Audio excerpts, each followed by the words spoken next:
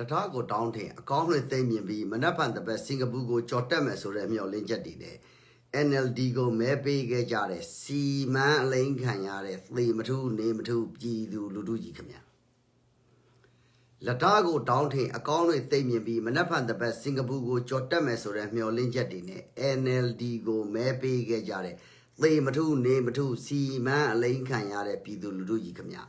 A loin grind sora and yo. Jesu besi tuwe. Oh, agu. Oh, atan belum biom le. Asia umyo de dan Jesu mya itin ne. No, tadi le ya le. Ko ang so win no. Hussein Khan no, Islam mo lai ko mo. Zia Lin no.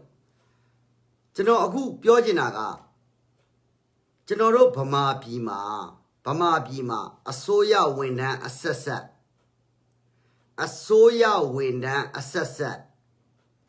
လိန်ကြတယ်ညာကြတယ်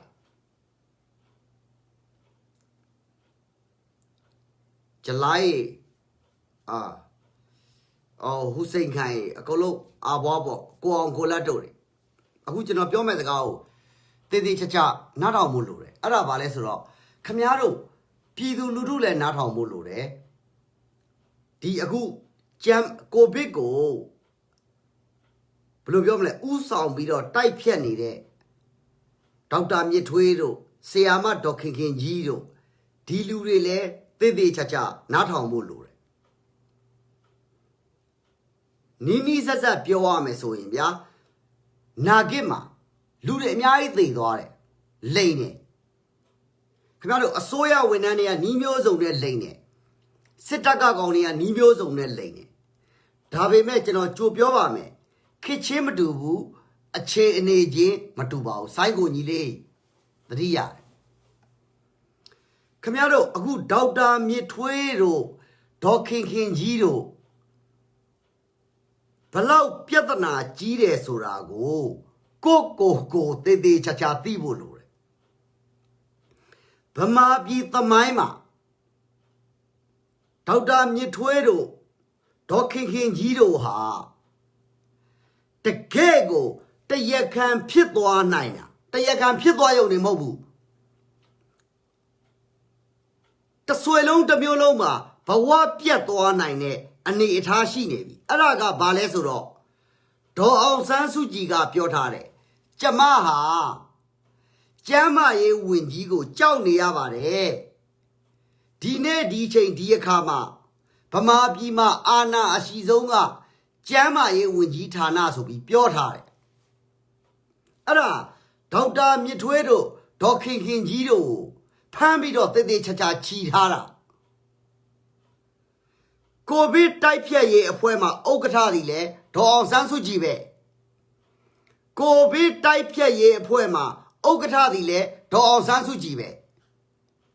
ဗော်လန်တီယာတွေပေါ့ဒီစေတနာဝန်ထမ်းတွေကိုကူညီမယ်ထောက်ပံ့မယ်လုပ်ထားတဲ့ဥက္ကဋ္ဌဟာလဲဒေါ်အောင်ဆန်းစုကြည်ပဲခမားတို့ကအခုကျမ်းမာရေးဝန်ကြီးဌာနကအာဏာအရှိဆုံးဆိုပြီးပြောထားတယ်ခင်ဗျားတို့ကို့အခြေအနေကိုတေးသေးချာချာသိဖို့လိုတယ်နော်ဥပမာဒေါက်တာမြင့်ထွေးကဘာတွေတင်ပြထားသလဲအစိုးရကဒေါက်တာမြင့်ထွေးတင်ပြတဲ့ကိစ္စတွေကိုအကုန်လိုက်လုပ်ပေးသလားဒေါခင်ခင်ကြီးတင်ပြတဲ့ကိစ္စကိုအစိုးရကအကုန်လိုက်လုပ်ပေးသလားဒေါက်တာမြင့်ထွေးတို့ဒေါခင်ခင်ကြီးတို့တေးသေးချာချာစဉ်းစားဖို့လိုတယ်ကိုဗစ်အခြေအနေကဘယ်သူမှမသိဘူးခမားလည်းမသိဘူးကျွန်တော်လည်းမသိဘူးဖယားတော်မသိဘူးခမားလည်းမသိဘူးကျွန်တော်လည်းမသိဘူးဖယားတော်မသိဘူးငါတို့ထိန်းနိုင်မလားမထိန်းနိုင်ဘူးလားဖယားရှင်နဲ့ခေတ္တဝါကိုဗစ်မရှိဘူးဖယားမသိဘူးအခုချိန်မှာဒီကိုဗစ်ကိုအောင်မြင်မလားမအောင်မြင်ဘူးလားကျွန်တော်6တာမဟုတ်ဘူးခမားမသိဘူးကျွန်တော်မသိဘူးဗမာပြည်လိုနိုင်ငံပြောကပို့ဆိုးတယ်ငွေရေးကြေးရေးအစားမရှိဘူးဆရာဝန်ဆရာမတွေနောက်ထပ်2ပတ်ဆိုရင်ဘယ်သူမှမလုပ်နိုင်တော့ဘူး ကျွန်တော်အခုပြောနေတာမြောက်ဥက္ကလာဘကဆရာဝန်တွေသူနာပြုတွေတောင်ဥက္ကလာဘဆရာဝန်တွေသူနာပြုတွေနဲ့ကျွန်တော်စကားပြောပြီးသွားပြီနောက်ထပ်2ပတ်လောက်ဆိုရင်ဆရာမတွေမလုံနိုင်တော့ဆရာမတွေလည်းသွေးနဲ့ကိုသားနဲ့ကို24နာရီမအိပ်ဘဲနဲ့သူတို့မလုံနိုင်ဘူးကျွန်တော်ကစေတနာရှီလွန်အားကြီးလို့အခုပြောပြတာကိုဗစ်ကာကွယ်စောင့်ရှောက်ရေးဥက္ကဋ္ဌကဒေါ်အောင်ဆန်းစုကြည်ဒါပေမဲ့ဒေါ်အောင်ဆန်းစုကြည်ကဘာပြောထားလဲဆိုတော့ဆရာမြစ်ထွေးတို့ဆိုပြီးတော့ဒေါက်တာမြစ်ထွေးတို့ဒေါ်ခင်ခင်ကြီးတို့ဥဆောင်ပြီးလုပ်တယ်ဆိုပြီးပြောနေတယ်ကျွန်တော်ပြောတာဒီကိစ္စကအခုကဒူးော်တိုင်းပဲသေမလားရှင်မလားပဲအဲ့တော့ဒေါက်တာမြစ်ထွေးတို့ကသူ့ရဲကောင်းလည်းဖြစ်သွားနိုင်တယ်ဒေါက်တာမြစ်ထွေးတို့က0လည်းဖြစ်သွားနိုင်တယ်အဲ့ဒီလိုဖြစ်နေတဲ့အချိန်မှာဒေါက်တာမြစ်ထွေးတို့ကိုလက်ကိုချေနဲ့ကျွန်တော်တို့ပြောတဲ့ဟာကိုအစိုးရကလိုက်လုပ်တယ်ဆိုတဲ့ဟာကိုယူမလားဦးကြောင်ကြားလုပ်ပြီးတော့ပြဿနာတွေအကုန်တက်ပြီးမထိန်နိုင်မသိမ်းနိုင်ရင်ဒေါက်တာမြစ်ထွေးခမားကြောင့်ဒေါခင်ငင်ကြီးခမားကြောင့်ဆိုတဲ့ပြဿနာကိုယူမလားအဲ့ဒါကဒီခေတ်မှာသိပ်ပြီးတော့အရေးကြီးတယ်တာဝန်ခံမှုတာဝန်ယူမှုကသိပ်အရေးကြီးတယ်သူကကိုဗစ်ဥက္ကဋ္ဌလောက်ထားတာဒီကိုဗစ်တိုက်ပွဲကိုနိုင်လို့ရှိရင်ကိုဗစ်ဥက္ကဋ္ဌဒေါ်အောင်ဆန်းစုကြည်ဆိုပြီးအလံထားထောင်မှာကျွန်တော်ထပ်ပြောမယ်နော်ဒေါ်အောင်ဆန်းစုကြည်ဟာကိုဗစ်ကာကွယ်တိုက်ဖျက်ရေးမှာဥက္ကဋ္ဌလောက်ထားတာအောင်မြင်လို့ရှိရင် NLD အလံစိုက်မှာအောင်မြင်လို့ရှိရင် NLD အလံစိုက်ပြီးတော့ကျမအောင်ဆန်းစုကြည်လုံမှာမအောင်မြင်ဆရာဦးမြင့်ထွေးတို့စီမံခန့်ခွဲတာတွေညံပြင်းလို့ဆိုပြီးဖြစ်သွားမှာအဲ့တော့ဒေါက်တာမြင့်ထွေးတို့ကခွဲဖို့လိုတယ်ခမည်းတော်ကအစိုးရဝန်ထမ်းတွေ NLD ရဲ့ခိုင်းပါမဟုတ်ဘူးဒေါက်တာမြင့်ထွေးတို့ဒေါ်ခင်ခင်ကြီးတို့ကအစိုးရဝန်ထမ်းတွေပြည်သူဝန်ထမ်းတွေ NLD ခိုင်းပါမဟုတ်ဘူးခမည်းတော်ဒေါ်အောင်ဆန်းစုကြည်ရဲ့ခိုင်းပါမဟုတ်ဘူးခမည်းတော်အစိုးရဝန်ထမ်းတွေပြည်သူကိုအလှုပ်ကျွေးပြုရမယ်အမေရိကန်မှာရှိနေတဲ့ဆရာဝန်ကြီးတွေလည်းဒီတိုင်းပဲသူတို့ခွဲထားတယ်ထရမင်းကမင်းပြောချင်တာပြောငါတို့ကျမ်းမာရေးဌာနကဓာတွေလုပ်တယ်အခုအမေရိကန်မှာဘယ်ဆရာဝန်ဆရာမကိုမှအပြစ်မပြောဘူးသမရထရရဲ့စီမံညံပြင်းမှုတွေကိစ္စပဲပြောတာဒါပေမဲ့အမေရိကန်မှာဆရာဝန်တွေဆရာမတွေကသူတို့လိုချင်တဲ့ညွှန်ကြားချက်တွေကိုကျမ်းမာရေးဝန်ကြီးဌာနကအကုန်ထုတ်ပြောထားတယ်အဲ့တော့ဒေါက်တာမြစ်ထွေးတို့ဒေါ်ခင်ခင်ကြီးတို့ကသေသေးချာချာစဉ်းစားဖို့လိုတယ်ခင်ဗျားတို့ကြံတဲ့ဆရာဝန်တွေဆရာမတွေလည်းသေသေးချာချာစဉ်းစားဖို့လိုတယ်ခင်ဗျားတို့ရဲ့ကျမ်းမာရေးအမြင်ကဘာတွေလုပ်သင့်တယ်လဲlockdown လုပ်သင့်ပြီလားခင်ဗျားတို့တရားဝင်ထုတ်ပြောရတော့မယ်ဒေါက်တာပြထွေးတို့ဒေါ်ခင်ခင်ကြီးတို့တရားဝင်ထုတ်ပြောရတော့မယ်ကျွန်တော်တို့နိုင်ငံမှာ lockdown ကလုပ်ကိုလုပ်သင့်ပြီကိုဗစ်စစ်တဲ့ကိစ္စကလည်းအခု2000စစ်တယ်ဆို2000စစ်ဖို့အတွက်မဖြစ်အောင်ကျွန်တော်တို့လုပ်ရတော့မယ်ဒေါက်တာမြင့်ထွေးတို့တိတိကျကျပြောဖို့လိုတယ်အစိုးရကိုအောင်ဆန်းစုကြည်ကိုကြောက်နေလို့မရဘူးအောင်ဆန်းစုကြည်ကြောင့်ခမားတို့အာဏာရကောင်းရလိမ့်မယ်ကျွန်တော်ထပ်ပြောဦးမယ်ဒေါက်တာမြင့်ထွေးဒေါ်ခင်ခင်ကြီးအောင်ဆန်းစုကြည်ကြောင့်ခမားတို့အာဏာရကောင်းရလိမ့်မယ်ဒါပေမဲ့ကိုဗစ်အရေးကသေရေးရှင်ရေးသူတို့နိုင်ငံရဲ့ကစားတဲ့ကြားထဲမှာခမားတို့ဘဝပြတ်သွားမယ်ခမားတို့ကပညာရှင်တွေ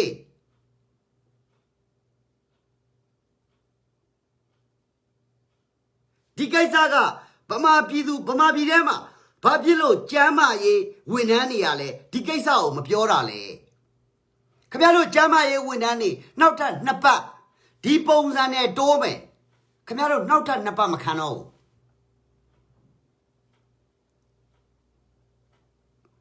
မချီပြုံးတာမချီပြုံးတာ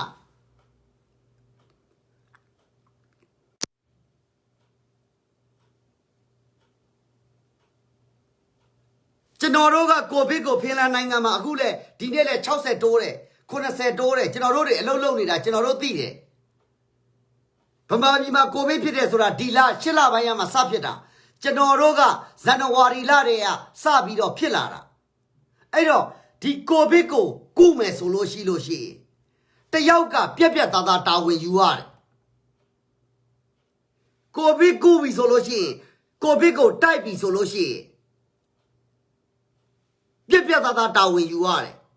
ဆွီဒင်မှာအကုန်လွတ်ပေးတယ်ဆိုပြီးတော့တာဝန်ယူတဲ့ကျန်းမာရေးဝန်ကြီးဌာနကတယောက်က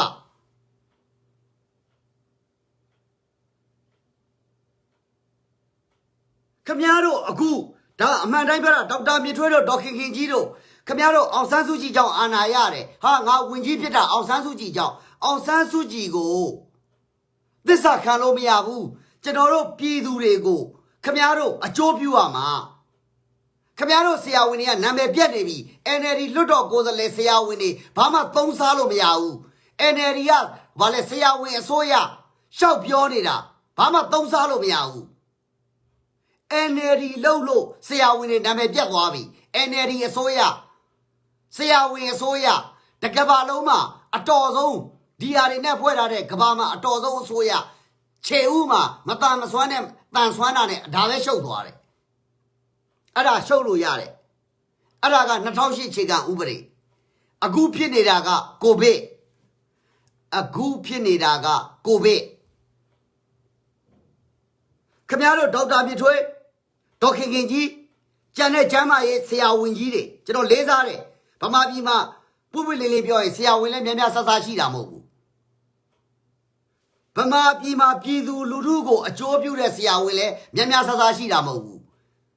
ဗမာပြည်မှာဆရာဝန်ဆိုတာဂုံတူးဘယ်လိုပြောမလဲဂုံတူးထွက်လာယူတာငါမိဘပတ်စံချမ်းသာတယ်နော်10တန်းမှာဟိုကျူရှင်ယူပြီး6ဘာသာဂုံတူးထွက်ထားတယ်စေကူကျင်လို့မဟုတ်ဘူးဆရာဝန်ဆိုတဲ့ဒေါက်တာယာထုလို့ကျင်လို့ကြောင်းတက်တာက80ရာခိုင်နှုန်းတကယ်စေကူပေးနေတာက30ရာခိုင်နှုန်းအဲ့ဒီ30ရာခိုင်နှုန်းထဲမှာဒေါက်တာမြင့်ထွေးတို့ပါတယ်ဒေါက်ခင်ခင်ကြီးတို့ပါတယ်တန်ဖိုးထားလို့ပြောနေတာကျွန်တော်ထပ်ပြောဦးမယ်သူများနိုင်ငံမှာဆရာဝန်ဖြစ်ချင်တယ်ဆိုတာဗမာပြည်လိုဂုံတူးဘွယ်တူးယာတူးလို့ကျင်လို့ယူတာမဟုတ်ဘူးတကယ်ကိုစေကူပေးခြင်းလို့သူများနိုင်ငံတွေမှာဆရာဝန်လောက်ကြတာဗမာပြည်မှာဆရာဝန်လောက်တာကငါမိဘကချမ်းသာတယ်ကျူရှင်6ဘာသာတက်တယ်ပြီးသွားရင်ဆရာဝန်ကိုဒေါက်တာကြော့ပါရဲ့နောက်ဆုံးကုံပြောမယ်ဒေါက်တာဘလူလဲအမဒေါက်တာတက်တက်ခိုင်ပြောပြီးရွှေဆိုင်ဖွင့်နေတာခမရတို့စေကူပေးတာမဟုတ်ဘူးဒေါက်တာတက်တက်ခိုင်လောက်ပြီးတော့ရွှေရောင်းနေတာခမရတို့စေကူပေးနေတာမဟုတ်ဘူးဒါကြောင့်မလို့ကျွန်တော်တို့ကဒေါက်တာမြင့်ထွေးလို့ဆရာဝန်ကြီးတွေကိုလေးစားတယ်ပြောနေတာလေးစားတဲ့လူတွေကတရခံဖြစ်သွားမယ်ကျွန်တော်နောက်နေတယ်ဖျားသွားမယ်လာကြည့်လို့ပါတို့ဒါဒေါက်တာမြင့်ထွေးတို့မိသားစုအတိုင်းအဝိုင်းတွေပါဒီအခွေကိုပြဒေါက်တာမြင့်ထွေးဒေါက်ခင်ကြီးတို့အတိုင်းအဝိုင်းတွေကိုပါကျွန်တော်ပြောတာကိုပြသူတို့နားထောင်ခိုင်းသူတို့ကနေမှငိမ့်ညံ့မင်းပြောတာမဟုတ်ဘူးဆိုလို့ရှိရင်ကျွန်တော်ဆရာရဲ့ကျွန်တော်မှားသွားတယ်ဆိုပြီးတောင်းပန်လိုက်မယ်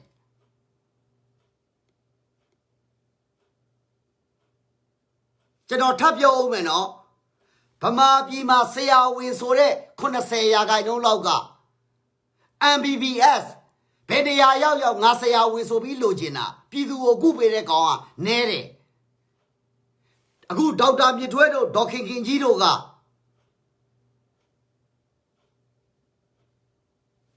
ဆရာဝန်ပြည်သူတွေကိုကုပေးနေတာတိုင်းပြည်ကိုအကျိုးပြုနေတာ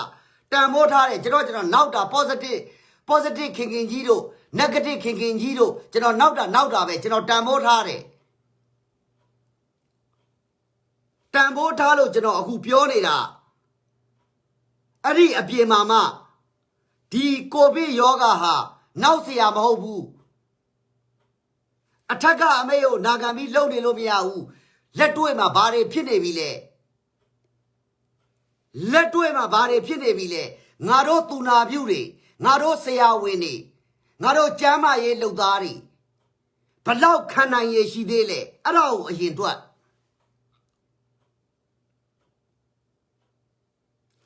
ငါတို့ကျမ်းမာရေးဝန်ထမ်းတွေဘလောက်ခံနိုင်ရရှိသေးလဲအဲ့ဒါကိုအရင်တွက်လူနာကိုမတွက်နဲ့အောင်ကျွန်တော်ထပ်ပြောဦးမယ်နော်ခင်ဗျားတို့ဗမာပြည်မှာအမှန်တိုင်းပြောတာလူနာကိုမတွက်နဲ့တရက်ကို9000ပဲလာ9000ပဲလာအဲ့ဒါကိုမတွက်နဲ့ကိုကျမ်းမာရေးဝန်ထမ်းတွေရဲ့အခြေအနေကိုအရင်ဆုံးတွက်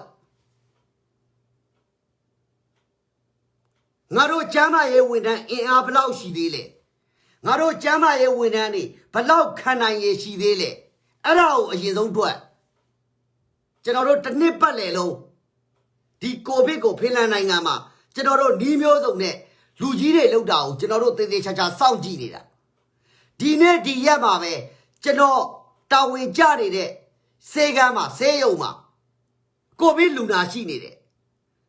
ကျွန်တော်တို့တွေကို14ရက်နားခိုင်းလို့မရဘူးကျွန်တော်တို့14ရက်နားခိုင်းရမှာနားခိုင်းလို့မရဘူးကြံတဲ့အဖွဲ့ကိုအားမွေးခိုင်းထားနေရတယ်မင်းတို့တွေဆက်လုံနေ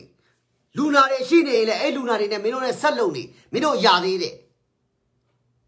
သွေးတို့ရှိတဲ့သွေးကြိုရှိတဲ့လူတွေကိုပဲအရင်ခွဲပြီးတော့တွတ်ထားလိုက်တာကျွန်တော်တို့လိုပုံမှန်ကျမ်းမာရေးမကောင်းအောင်ကောင်းနေတဲ့လူတွေဆိုရင်ဆက်လုံဆိုပြီးတော့လွှတ်ပေးထားတယ်အခုကျွန်တော်ပြောနေတာဆရာကြီးဒေါက်တာမြင့်ထွေးတို့ဆရာမကြီးဒေါက်ခင်ခင်ကြီးတို့ကျန်တဲ့ဆရာဝန်တွေအထူးကုတွေပါရကုတွေအဲ့ဒီလူတွေလက်ရှိယောဂအခြေလက်ရှိဗမာပြည်မှာဖြစ်နေတဲ့ဟာကိုဘလို့တွက်ထားလဲဘာလုံးရမယ်ဆိုတဲ့ဟာစီမံကိန်းရှိပြီလားခင်ဗျားတို့ပြည်သူကိုပြောပြအစိုးရကိုပြောပြငါတို့ဓာတွေလိုချင်တယ်အစိုးရကလုံးမပေးနိုင်ရင်အဲ့ဒါအစိုးရတာဝန်ခင်ဗျားတို့ကအဲ့ဒါမပြောဘဲနဲ့လှုပ်ထားလို့မနိုင်မနေဖြစ်လာရင်အစိုးရကခင်ဗျားတို့အကုန်လုံးကိုလွှဲချမှာအောင်ဆန်းစုကြည်ဆိုတာဘယ်တော့မှခေါင်းခံတတ်တာမဟုတ်ဘူးအောင်ဆန်းစုကြည်ဆိုတာသူ့ဘဝမှာတစ်သက်လုံးခေါင်းခံခဲ့တယ်ဆိုတာမရှိဘူးခေါင်းရှောင်ခဲ့တာပဲရှိတယ်စစ်တပ်နဲ့လွဲပြီးရင်ကြံတဲ့ခေါင်းဆောင်တွေနော်အောင်ဆန်းစုကြည်ကစစ်တပ်ကလွဲပြီးသွားရင်ကြံတဲ့အရက်သားတွေတိုင်းရင်းသားတွေဘယ်တော့မှအောင်ဆန်းစုကြည်ခေါင်းမခံဘူးအခုအချိန်မှာပိုဆိုးတဲ့ရွေးကောက်ပွဲကဆက်လာအောင်မှ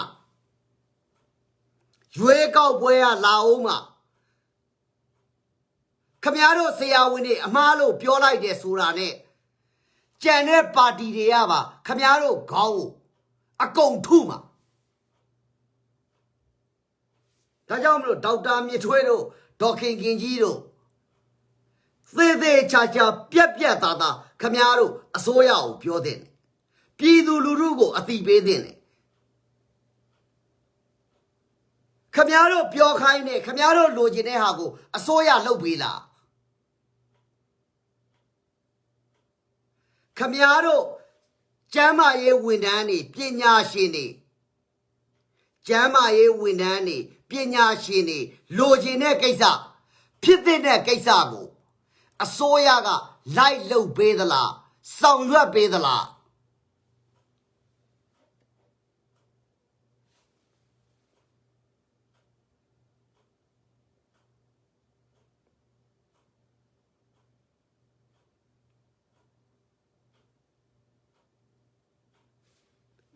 အကျန်တဲ့ကိစ္စကတော့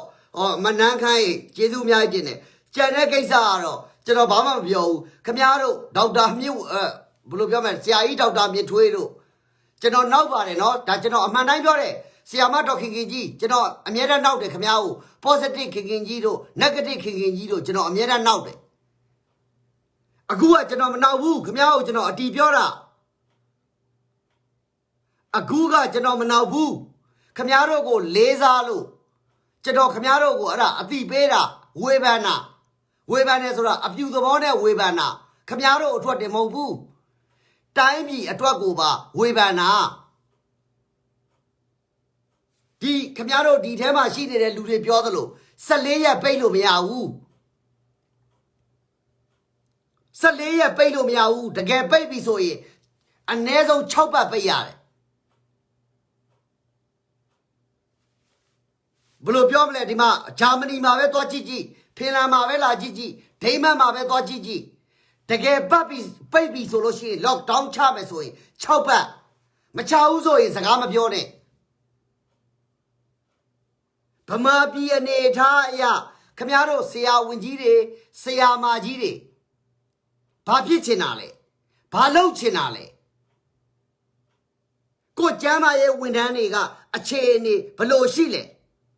ငါတို့ကျမ်းမာရေးဝန်ထမ်းတွေရဲ့အင်အားကနောက်ထပ်ဘယ်နှလ73နိုင်မလဲကျွန်တော်ပြောတာနော်ခင်ဗျားတို့ကိုဗစ်လူနာတရက်ကို3သိန်းကူးလဲကျွန်တော်ဂရုမစိုက်ဘူးကိုဗစ်လူနာတရက်ကို9သိန်းကူးလဲကျွန်တော်ဂရုမစိုက်ဘူးကျွန်တော်ဂရုစိုက်တာကကျမ်းမာရေးဝန်ထမ်းတွေရဲ့အခြေအနေနဲ့အင်အား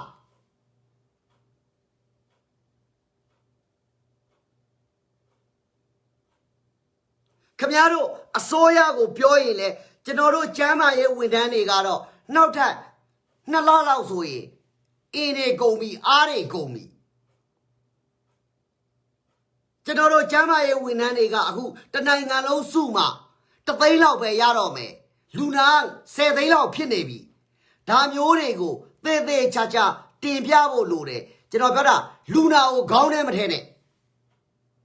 လောလောဆယ်လူနာကိုခေါင်းထဲမထဲနဲ့ကိုကျမ်းမာရေးဝန်ထမ်းတွေရဲ့အင်အားအခြေအနေ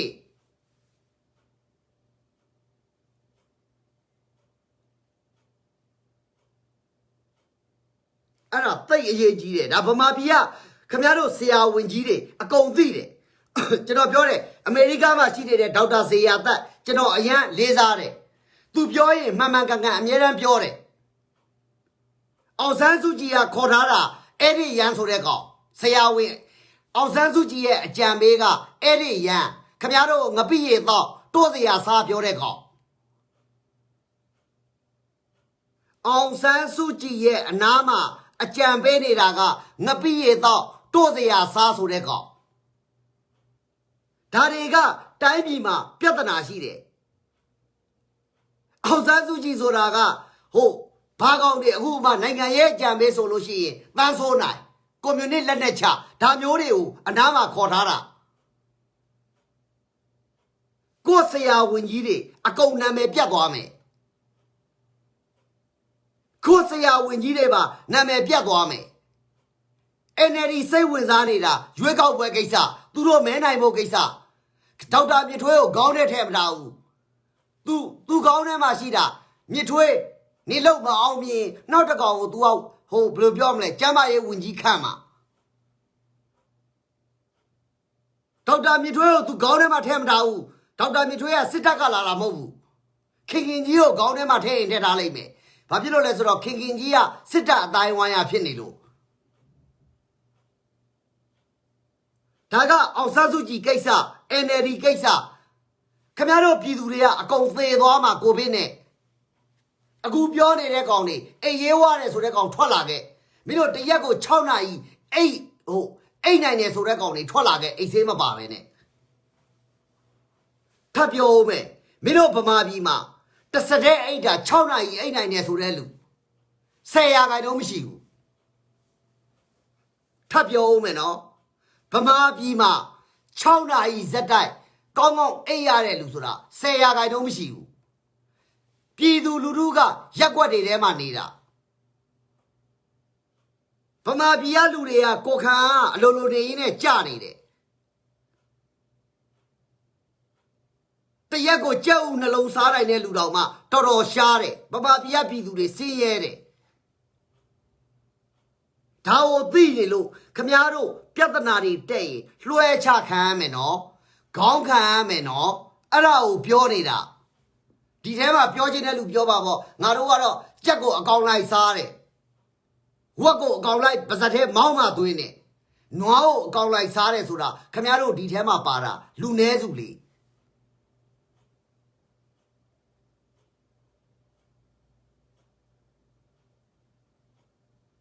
ခမားတို့6နာရီတောင်မှအိတ်ရေးဝအောင်အိတ်လို့မရဘူးဘာဖြစ်လို့လဲ ကိုအိမ်ဘေးနားမှာတော့ကြကြက်တော်နဲ့တော့ကြခွဲဟောင်းနဲ့တော့ကြလင်မယားရံဖြစ်တယ်တော့ကြခလဲငိုတယ်ခမားတို့အဲ့လို6နိုင်တောင်ပြည့်အောင်အိတ်ခွင့်ရှိတာမဟုတ်ဘူးလူများစုက